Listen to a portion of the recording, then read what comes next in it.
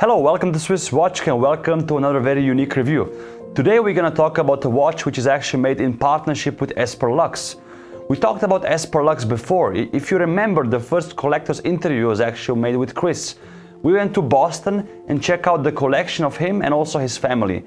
And we also saw the watches they offer on their platform. Today's watch is their latest collaboration and they partnered up with Kudoke watches from Germany.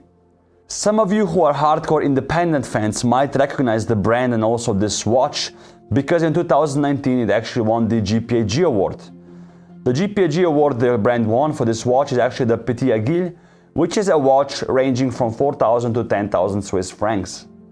This is the first model of the hand-engraved collection from Stefan Kudoke. Kudoke watches are based near Dresden, Germany. For those who know, Dresden and Glashütte are the centers of German watchmaking. For those who know, in Glashütte you have A. Lange & Söhne and Glashütte Original and also a few other brands. And in Dresden you have Lange & Heine, for example. Stefan Kudoke is known for skeletonizing his watches, so if you look at the Kunstwerk collection, you will see a lot of different shapes on the dial, on the movement, and sometimes even the case is engraved. This latest collaboration with EsperLuxe is a limited edition of 10 pieces only, and it has a beautiful green dial. As you see, I also dressed up to the occasion. The dial is actually inspired by the green forests of Saxony in Germany.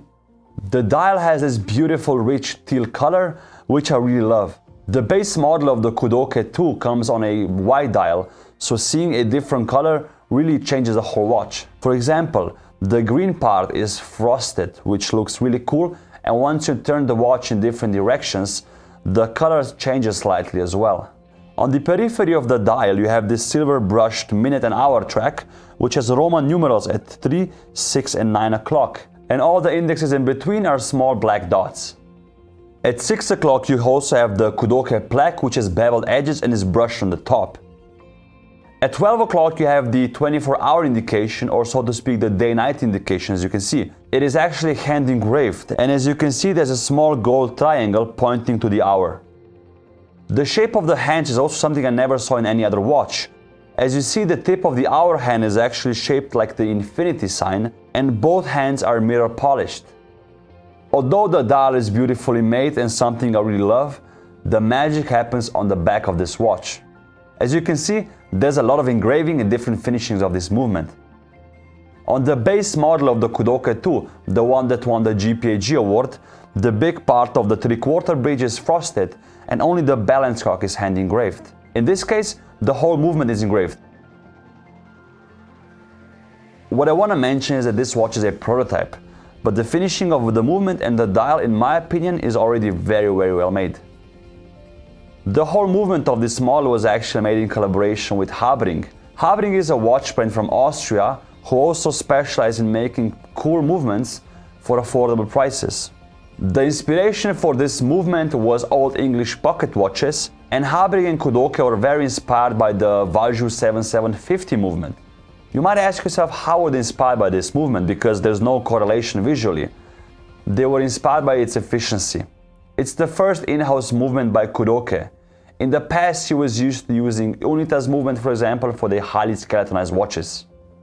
The biggest part of this movement is the hand-engraved decoration. It is actually a relief engraving, which means that they take out the parts of the movement to create this 3D effect, which I always love to see. Apart from the floral relief engraving, we also have the Sonderedition here, which means special edition, and the EsperLuxe logo is neatly hidden on this floral pattern here.